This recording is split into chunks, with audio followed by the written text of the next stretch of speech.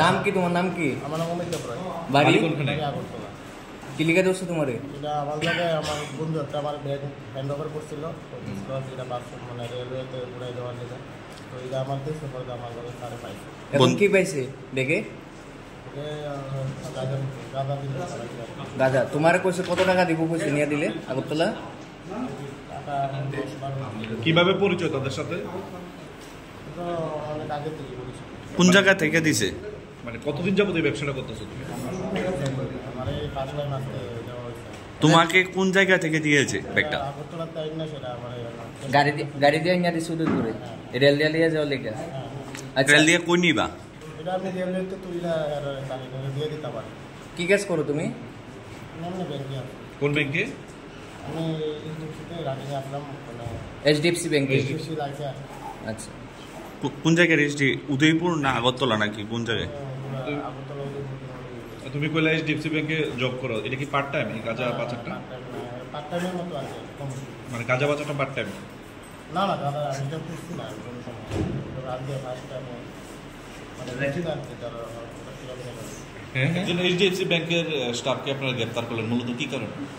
Actually আমরা আজকে খবর পাইলাম, আমরা গৌতমদা আইসির কাছ থেকে যে আজকে একজনকে ডিটেইন করা হয়েছিল কোনো সাসপেক্টেড কন্ট্রাব্যান্সের আইটেমসের এই খবর শুনিয়ে আমরা আসার পরে আমরা কারবাই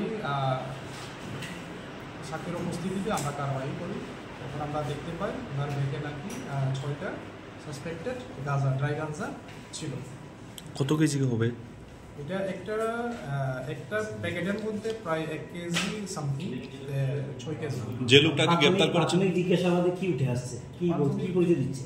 পরিচয় দিয়ে দিচ্ছে উনি নাকি লাইফ ইন্স্যুরেন্সে, এইচডিএফসি লাইফ ইন্স্যুরেন্সে কাজ করি কর্মরত। কিন্তু এটা ইনভেস্টিগেশনে আসবো যে আসলে নাকি বাসা হচ্ছে আগরতলা।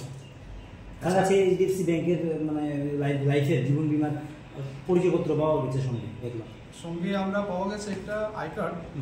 কিন্তু এটা কতদূর কি তাইনের পজিশনে পাওয়া গেছে আর তাইনের বক্তব্যতে বলিয়ে দিছে, কিন্তু আমরা ইনভেস্টিগেশন আসবো এটা কি উনি কি আসলে নাকি অভিযুক্ত ওনার সঙ্গে কি আর কেউ ছিল? আর কেউ আমরা ওনার সঙ্গে কোনো লোক পাওয়া গেছে।